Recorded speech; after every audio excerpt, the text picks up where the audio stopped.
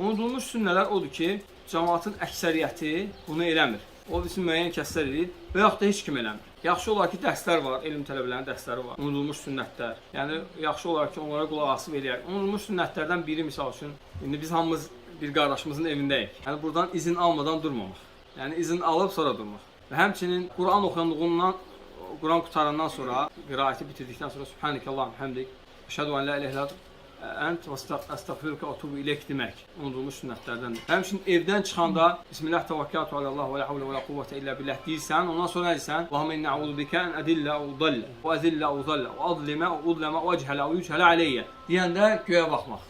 Bu da unudulmuş sünnətlərdən. Hədisdə gəlib ki, mən sənnə fil İslami sünnətən həsənətən fələhu əcruhə və əcru mən amilə bihə. Kim bir İslamda bir sünnət qoyarsa, bu sünnət diqqət edin, demədi bidət qoyarsa. Bəziləri bidətə bunu dəlil gətirir. Allah Rasulü ki, sünnət qoyarsa, yəni artıq sünnət olub bu və o sünnəti dirildərsənsə, tərk olunmuş sünnəti dirildərsənsə, onun əcri var, ona əməl edənlərin də ona əcri gəlir ona.